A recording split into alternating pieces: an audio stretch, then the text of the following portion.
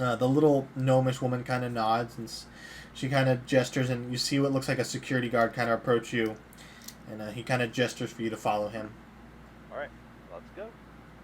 He leads you into the museum, past the crowds, and as you enter, you do see the main foyer. The main foyer is decorated with large banners celebrating heroes of Dextros. And it looks like there might be some kind of event going on today where people can meet and greet with high-ranking officials. But he kind of diverts you away from that to a long hallway off to the side. And eventually it leads to a small door that says Manager of Antiquities. And he kind of gestures for you to go in. Thank you. Yes, I will go in then. Okay. As you enter, the office is it's lit by a large open window. You can hear the hustling and bustling of the street outside. There's an elven gentleman, quite old, maybe close to his 1000th year. Okay. And he's kind of just sitting there absentmindedly flipping through a book. And he sees you as you enter, and he kind of nods quietly and says, "How may I help you?" As it turns out, I'm an archaeologist, and I found a few things that I feel like should belong in a museum where they can be cared for and restored, ideally. So I'll pull out the 3 authenticated statues that I know are actual relics. Mm-hmm.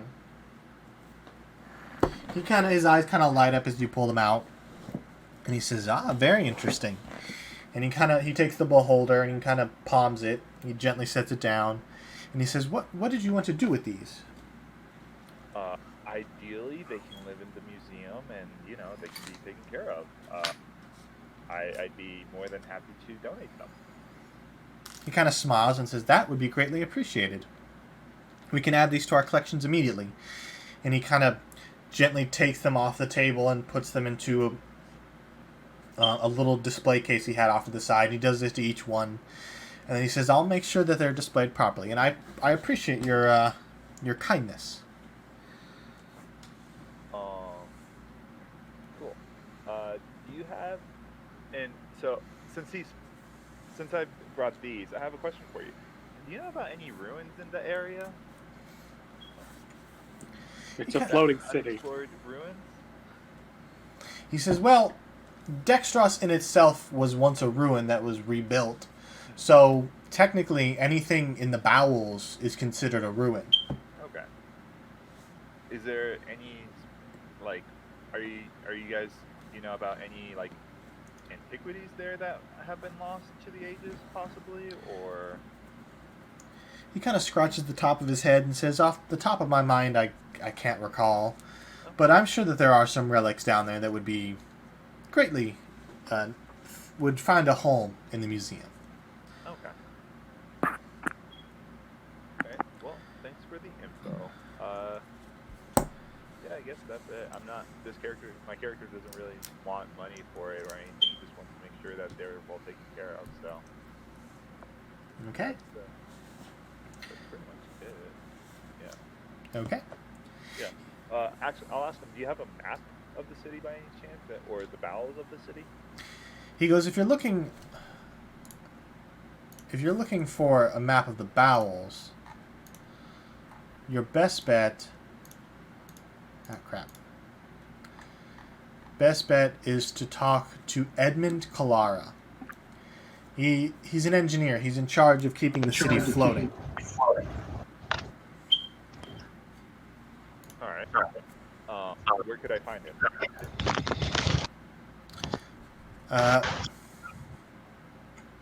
He keeps his offices... Hold on. He keeps his offices in the bowels. If you just ask some of the engineers, they'll point you in the right direction.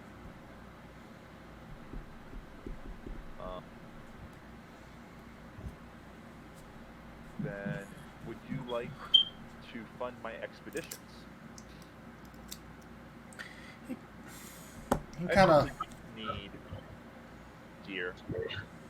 Just make sure I have enough stuff to, preserve the relics properly when I bring them back.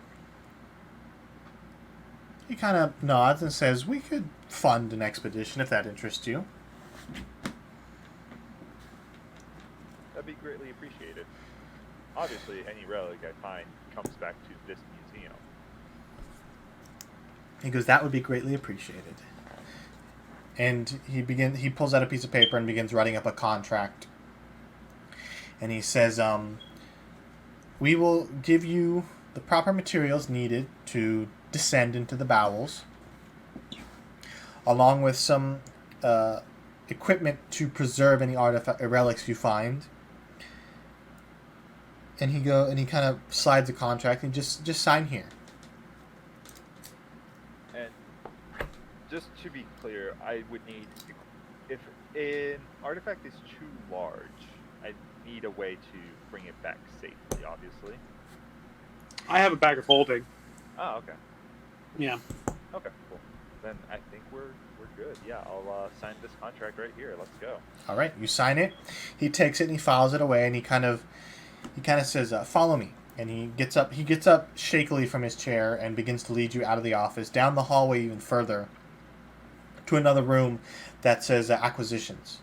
He opens it up, and inside you see a couple people. They look to be dusting off some relics and not repairing, but keeping, just checking over them to make sure they're not damaged. He kind of leads you over and he grabs a big backpack and he hands it to you. And he says, "This is an explorer's pack. It should aid you in your journeys." Thank you. So you now have an explorer's pack.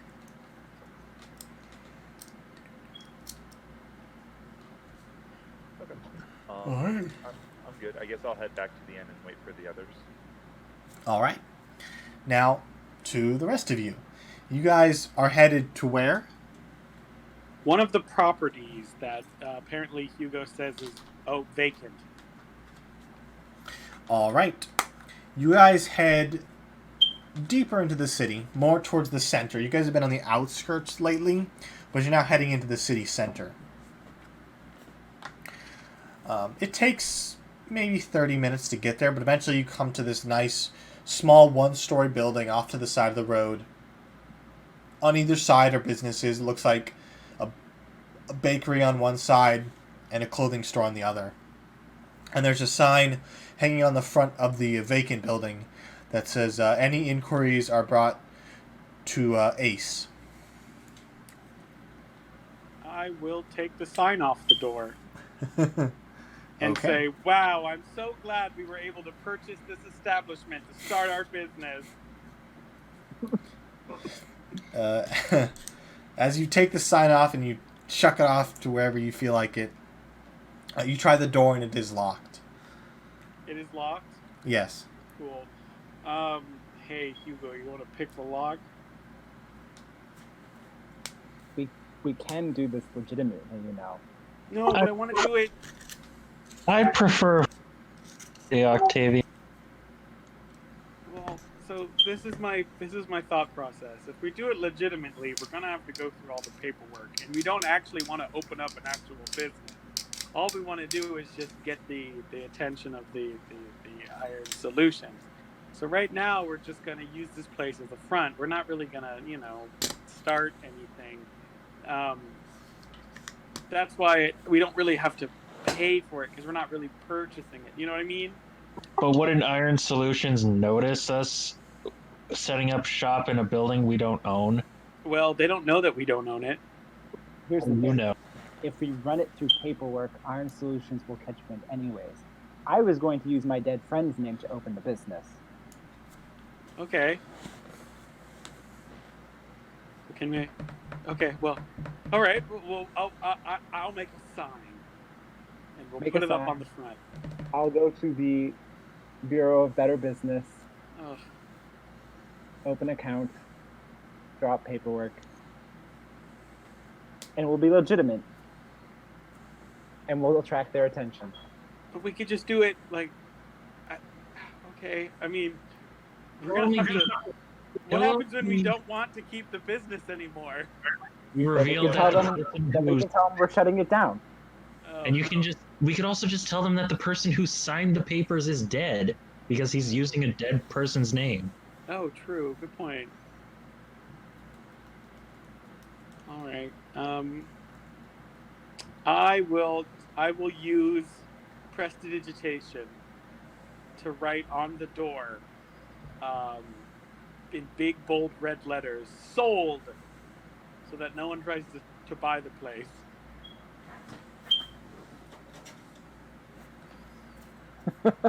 All right. So, you in big bold letters write "sold" on the front of the building. As who's going to the Better Business Bureau? Probably Hugo. Okay. Hugo, you make your trek to the bureau. I'll go with him. All right. Yeah. As you guys enter there, it seems to be kind of quiet in the morning. Doesn't seem to be a lot of people. But there is a woman at a front desk, kind of absent-mindedly flipping through a book. Mm-hmm. Greetings. She kind of looks up and says, "How can I help you?" I'm here to open up a business. I've already spotted some property. I'm here to purchase the property. She goes, "Then you'll want to talk to one of our managers. Ace would probably be the most likely suspect." Very well. She nods and says, "I'll see if he's available." And she gets up and walks off into the back room. After a few minutes, she comes back, and she's with what looks like a dwarven gentleman. No beard, but long brown hair. And he kind of throws his arms up and says, "My name's Ace. How can I help you?" I'm here to open up a business. I found a property. He goes, which property are you interested in?" He gives the address. He kind of nods and says, "That one's been on the market for a short time, but we could arrange something." Very good. And he goes, "Come back with me to my office." And he gestures for you two to follow. Very good. Hi, yes. My name is Fribble Franks. I'm his business partner. Make a deception check. I have advantage when I'm trying to deceive someone that I'm someone else. I got a 27. All right. He goes, "Nice to meet you, sir."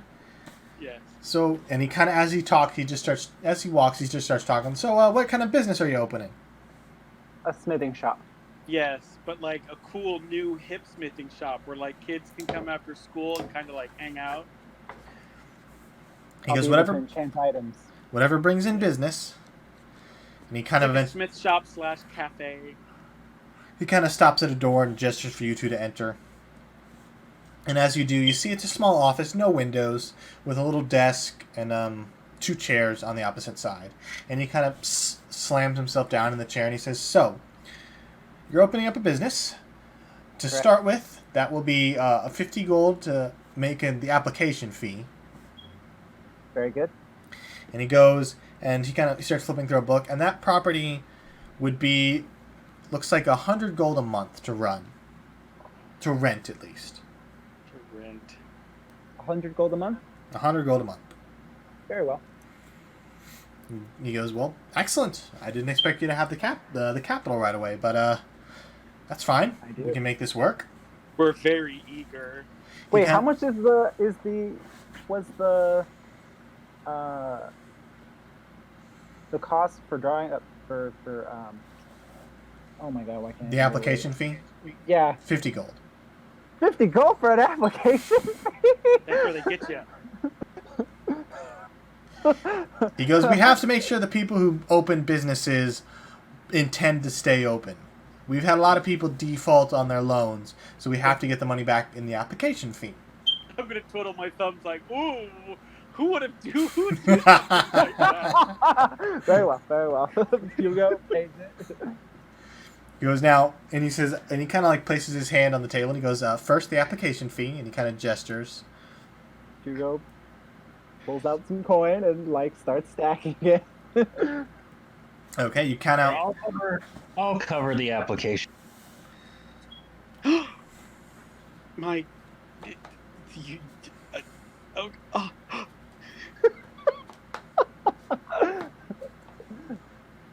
all right. So you hand him the 50 gold, and he takes it and he pockets it, and he takes a key off his neck and unlocks a little safe underneath his desk, and shoves the money in there and locks it. And he says, "Your first payment will be in a month from when you send the property." And he kind of leans over And he goes to a bookshelf, and he starts moving things aside until he finds this what looks like a large box. And he comes over and he opens it and he fiddles around with it for a minute before pulling out a single key. He says, "Here's the key to the property," and he hands it over to Thank you. you. Thank you. And he goes, "Your first payment in a month. Just come back to the office and we'll work something out. And then after that, it'll be one of my men will come and collect the money from you every other month." Very good. Good to know. Question. Yes. How common is it for people to, like, you know, because you said that the reason why the application fee was so high was a matter of because people were, you know, not able to pay or something like that. Like, how common is that exactly? He kind of squints at you and he says, "It's a lot more common than I'd like."